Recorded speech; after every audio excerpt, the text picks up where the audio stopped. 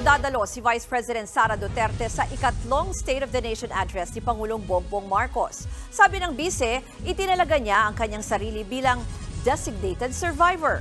Nasa frontline ng balitang yan, si Marian Enriquez. No. No, I will not attend the SONA. Kinumpirma ni Vice President Sara Duterte na hindi siya dadalo sa ikatlong State of the Nation address ni Pangulong Bongbong Marcos sa July 22. Ito ang unang pagkakataon na hindi siya dadalo sa SONA. Pero ano bang gagawin ni VP Sara sa araw ng SONA ng Pangulo? I am appointing myself as the designated survivor.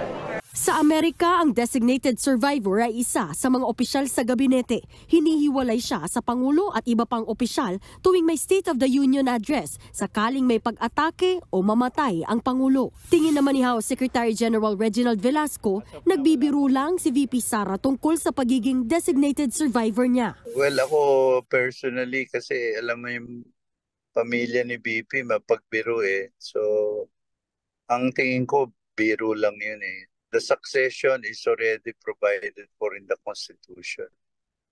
So there's no such thing as designated survivor. Wala namang ibinigay na rason si VP Sara kung bakit hindi siya dadalo sa SONA. Tingin ng political analyst na si Richard Hidarian, malinaw na wala ng unity matapos ang desisyon ni VP Sara. This time, mukhang wala ng pretension to any kind of unity. So, in a way, that's a snub. In a way, yun yung clear expression ng discontent niya sa nangyari ngayon pagdating sa state of play. At of course, in a way, hindi rin surprising to after yung kanyang resignation from the cabinet. Kung susuriin daw ang pahayag ni VP Sara tungkol sa designated survivor, maraming conspiracy theories ang pwedeng lumabas.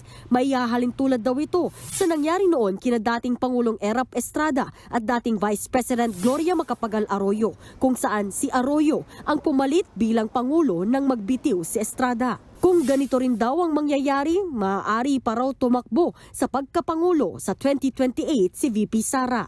Again, this is crazy. This is conspiracy theory. But ang point ko is, alam naman siguro nila Sara Duterte na ang daming mga rumors, conspiracy theories and all of that. So for her to talk about designated survivor, which is a series about a cataclysmic attack on the president and those next in line of succession, I just don't think this is helpful. This is a veiled threat. Is this a joke? Is this a kind of just a sloppy statement without any consideration for the special circumstances we have? Ayon naman kay House Speaker Martin Romualdez, karapatan ng sino mang public official kung dadalo sila o hindi sa mahalagang events.